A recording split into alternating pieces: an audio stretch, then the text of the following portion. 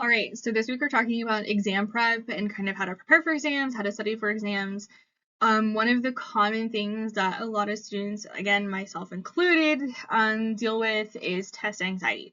So I'm going to go over test anxiety, kind of what it is, and then some tips to help combat that, like before the test, during the test, and then what you do after the test. So first things first, what is test anxiety? So test anxiety is stress and nerves that kind of cause you not to concentrate or you don't do as well on a test.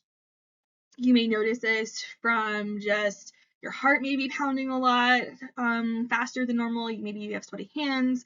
Maybe you have trouble focusing or studying, or maybe you just have this obsessive worrying about the test right before. Like you can't stop thinking about it.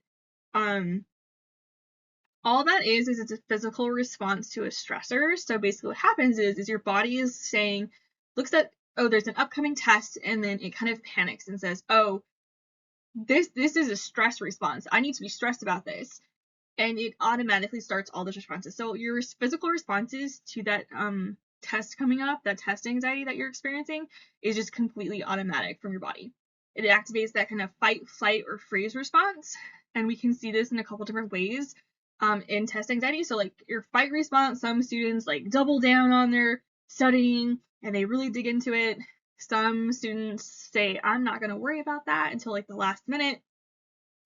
And then freeze can be seen as like kind of just blanking on things. Like if you've ever gotten a test and you get to a question and you just kind of go blank, like nothing comes to mind, that would be like a freeze response.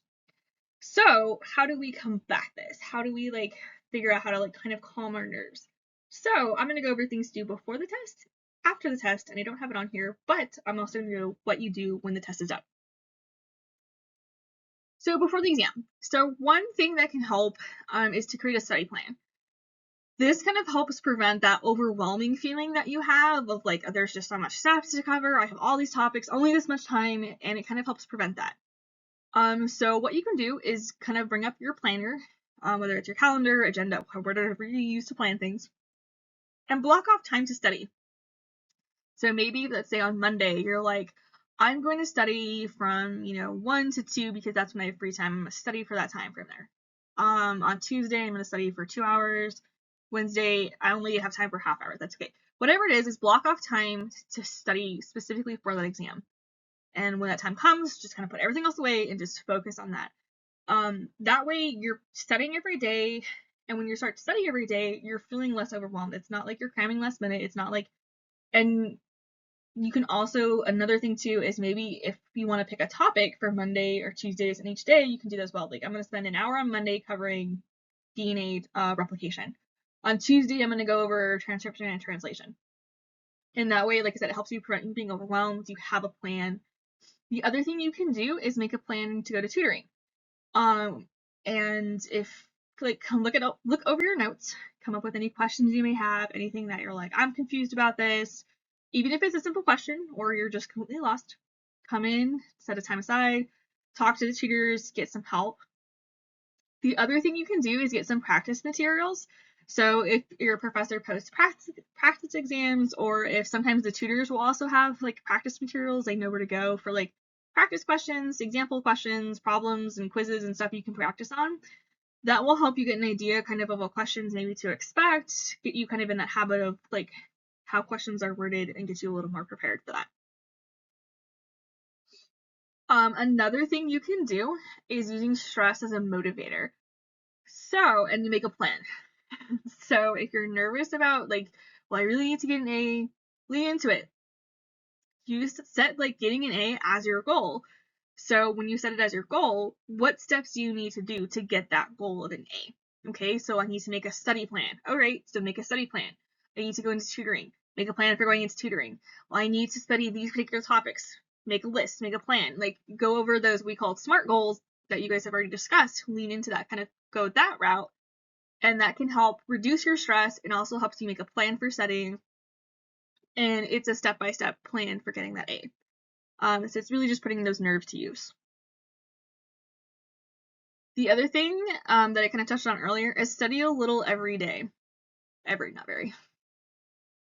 Cramming doesn't work. I say that as someone who has studied these things, and I see that as a student, cramming doesn't work. So study a little every day. It can be as little as like 30 minutes, just as long as you're kind of looking at your notes and not just staring at them, but actually reading them through, reviewing them. And you can pick a topic for each day, right? Like I said earlier, this day I'm going to cover this topic, this day I'm going to cover that topic. And that helps, again, preventing overwhelm. It helps kind of reinforcing all of those topics. You're going to remember it a lot better. Another thing is practice questions like you'll see on the test. If you're going to get free response, like if you know you're going into it and the professor asked only free response questions, basically you have to like write your answers in, then don't study multiple choice questions because that's not going to help you.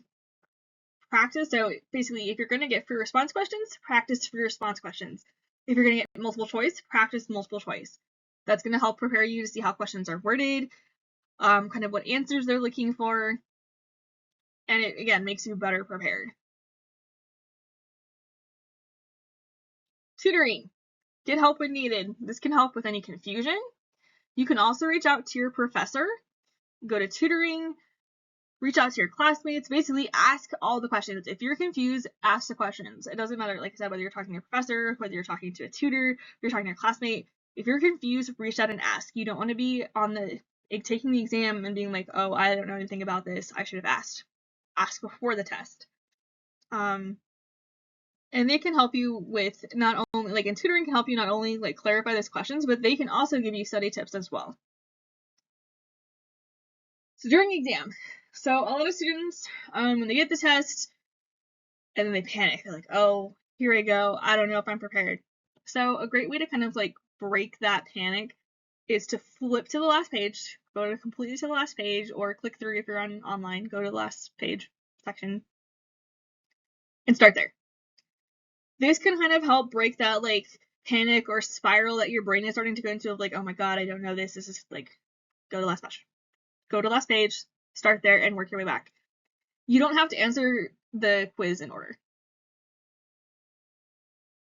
The other thing that also can help are breathing exercises. Breathing exercises kind of helps reset yourself and kind of helps bring that panicking down a little bit. So a really good example of this is to breathe in for 4 seconds, hold for 4 seconds, and then breathe out for 4 seconds. You can do this as many times as you need. Now, obviously, if you're feeling like lightheaded or dizzy, like please stop. But these breathing exercises really kind of helps to reset your brain. It kind of helps calm you down, and then you can kind of go back when you're calm, go back to the test, and kind of start going with those questions that you do know. Which brings me into my next point. Skip any questions you don't know and just move on to the next one. So sometimes when you're feeling stuck, you sit there and think, well, if I think for another minute, it'll come to me, or you just kind of get stuck in that, and you're wasting time and taking time away from the questions you do know and could get points on. So if you get to a question and you're like, I have no clue, skip it. Just move on to the next question. You can always come back later and answer that question. Which also leads to this next point, is start answering questions that you do know. So go to those questions that you're like, I 100% know this, and write them out. This helps with the people's like, oh, I studied the wrong things, because if you're starting with the questions that you do know, your brain's going, I did study the right things. You're building that confidence. Sometimes it will also help jog your memory. There's definitely been times where I've answered a couple of questions that I did know, and then it sparks something that's like, oh, that's right, I remember, so I can go back to a question that I skipped and thought I didn't know, but now I remember because I was answering this stuff I did know, and it jogged me, and it was like, oh, that's right. So that's what this tip does, is it's jogging your memory, it's building that confidence of you do know, and you might be surprised at how much you actually did study and how much you do know. Another thing to remember is if you're panicking and you're just like, I just can't seem to calm down, the breathing exercises aren't working, nothing else is working, is smell can help ground you. Smelling something kind of help breaks that panic, basically, calming your nerves. This can be something as simple as hand sanitizer, chapstick. I, for example, carry hand sanitizer. So if you're starting to panic, just kind of reach for that, kind of just smell it. And it's something easy, small, it's not that big a deal, no one's noticing it. Just smell it, and that will easily break kind of that panic, that nerves. This does work. I say this as someone who does this quite frequently, and that's actually the reason I carry hand sanitizer, is this is very, very effective. at kind of calming and breaking that panic. So let's say you've done all the things before, you took the exam, and sometimes even after the exam, a lot of students are like, well, I'm nervous. Did I actually get the grade I wanted? I don't know. Here's the deal. You took the test, you did the best you could, prepping for it, you did the best you could on the exam. Panicking and obsessing over it after the fact is not going to help you at all. Now, I'm aware that is much easier said than done, but you need to reward yourself for all of the work that you put in, all of the things that you studied, all of the steps you did to kind of reduce your anxiety. So make sure you reward yourself after the test. It could be something as, I'm a big Lego fan, that's why Legos are on there. So I tend to like build a Lego set, play with them. Maybe you have a really favorite restaurant you want to hit up. Maybe you want to read a book, watch a movie, hang out with friends, whatever it is. Make sure you're like, you reward yourself for like the hard work you put into that. The other thing to remember about for test anxiety of bringing that stress down, of whether it's making a plan, whether it's using the chapstick for smell, breathing exercises, whatever it is the goal is to bring the stress down from 100 to like a 95. We're not necessarily going to get rid of it completely. It's just to bring it down a little bit, because even bringing it down a little bit can help so much, help us do so much better on tests. So that's all our goal is to bring that stress down a little bit. So what I hope y'all do is try out some of these tips, even if it's just one. Even if you're like, well, I don't want to try all of them, that seems too much, that's okay. Pick one. Doesn't matter which one, just pick one. Try it out and see if it works. If it works, awesome. Try a second one and see if that helps even more. If the first tip doesn't work, that's okay. Try something else.